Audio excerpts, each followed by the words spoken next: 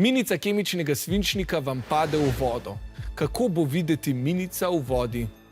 Bo to slika A, slika B, slika C ali slika D?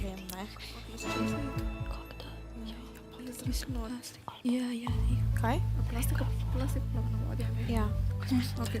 Odsedam. Ne. Kaj samo iz česa je punilo? Dej nekje odgovoriti. Ne bo. Ne bo stalo. Aha, rumena ekipa je torej odgovorila C, vijolična pa D. Odgovor pa seveda pozna naša mojstrica za eksperimente, Jasna. Za vami so že prvi zapiski in pisna preverjanja znanja, ki ste jih morda odpisali prav s takim kemičnim svinčnikom. Mi ga bomo pa danes uporabili za to, da bomo razložili sili teže in vzgona ter prvi Newtonov zakon.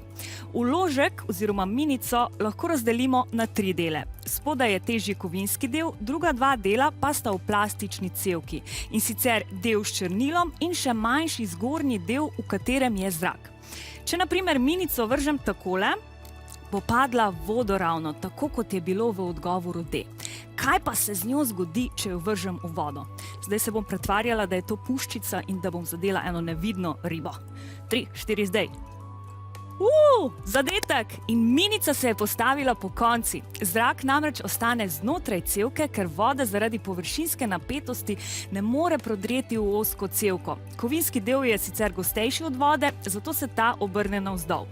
Del z zrakom pa ostane obrnjen navzgor. Meni je uspelo, Jasna, razstavil sem še svoj kemični svinčnik, pa poglejmo, če dela tudi z mojim. Dej, vrži noter.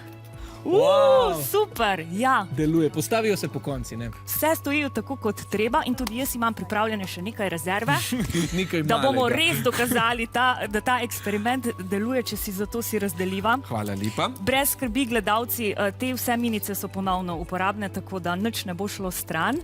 A si zato, da zdaj ciljava te nevidne ribe? Dobro. 3, 4, zdaj! Vse so se postavile po konci. Hudo. In če jih takole malce premaknem, poglej, nič jih ne zmede, ampak nastane pravzaprav pravi ples minic. Res je, mene delujejo kot nekakšne sinhronizirane plavalke, plavajoči ples minic, česa vse si še ne spomniš, Jasna. Ja, znanost in domišljija ne poznata meja. Pravilen pa je odgovor A, tako da tokrat žal ne dobite točk. Upam, da vam je bil eksperiment pa všeč.